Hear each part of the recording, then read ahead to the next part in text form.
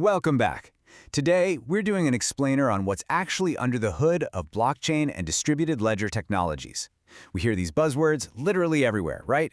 But if you've ever wondered how these systems actually build trust without some central boss calling all the shots, well, let's just say you are in exactly the right place. Let's get into it. All right, here's our roadmap for today's explainer. We're going to cover the problem with trust, anatomy of a block, hashes, proof of work consensus, the peer-to-peer network, and wrap up with opportunities and challenges. Section 1. The problem with trust. Okay, so to get why this tech even exists, we gotta look at our traditional financial system. It basically relies entirely on centralized banks to play referee and mediate disputes. And you know what that means? Higher costs, and it makes non-reversible transactions pretty much impossible.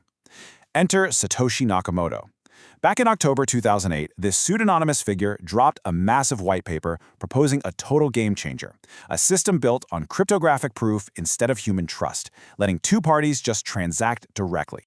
Think of a centralized ledger, kind of like a giant fortress. Every single transaction has to funnel through that one building. If that central hub gets corrupted or just goes down, boom, the whole system halts. But switch over to a distributed ledger, and that central fortress is literally wiped off the map. Instead, you've got multiple participants across a network all sharing and syncing exact copies of the data. No single point of failure, just total distributed consensus. Moving on to Section 2, Anatomy of a Block.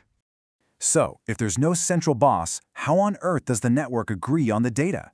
Well, it uses blocks. Now, a block isn't just some boring digital manila folder. It is a locked-in, highly coordinated packet of action. It batches transactions together, stamps the exact order they happened in, and anchors them to a specific parent block.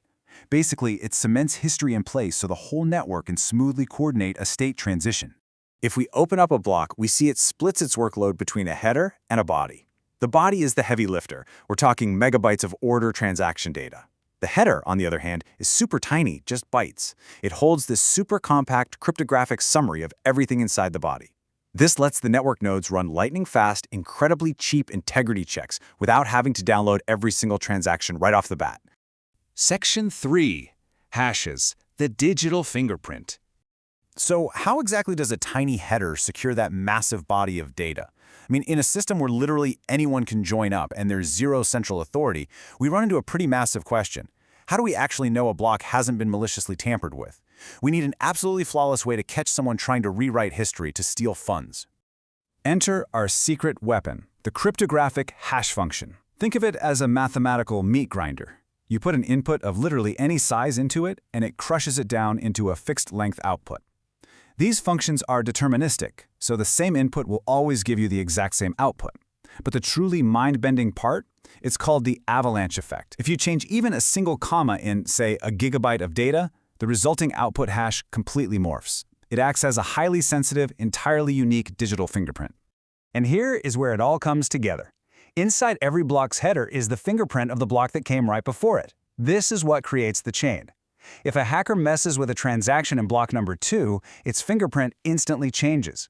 Now, because block number 3 is looking for that old fingerprint, block 3 suddenly becomes invalid, and then block 4, and so on. Trying to tamper with history literally shatters the entire chain and sets off alarm bells across the network. All right, Section 4, Proof of Work Consensus.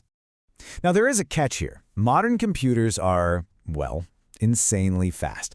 A rogue computer could theoretically alter a block and just recalculate all those new hashes for the rest of the chain in a fraction of a second, completely tricking the network. To stop this, blockchains like Bitcoin impose a strict speed limit. They intentionally throttle the creation of new blocks down to an average of 10 minutes.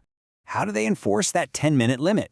Through something called proof of work. To add a block, a computer has to solve a massive mathematical puzzle by repeatedly guessing a random number, a nonce, until the resulting hash starts with a certain number of zeros. Because hashes are totally unpredictable, this takes sheer brute force guessing.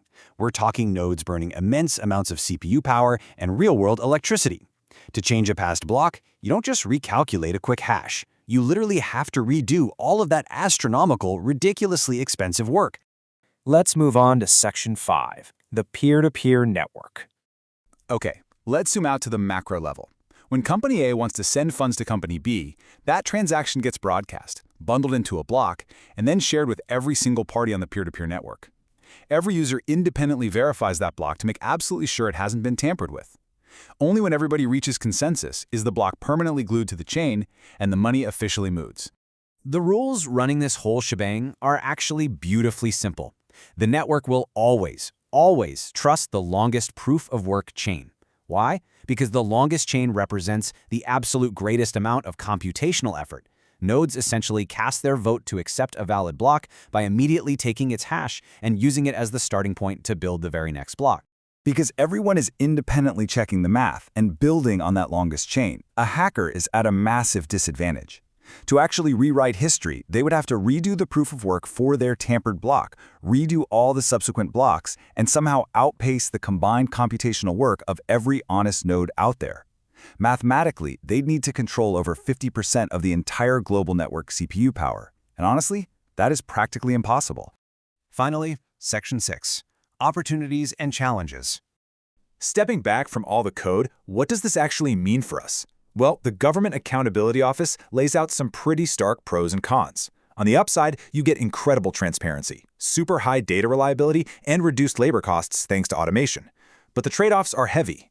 That proof-of-work consensus we just broke down, it requires jaw-dropping amounts of energy. Plus, the strict permanence that makes blockchains so secure can become a total nightmare if a company just makes a typo and needs to seamlessly correct its ledger.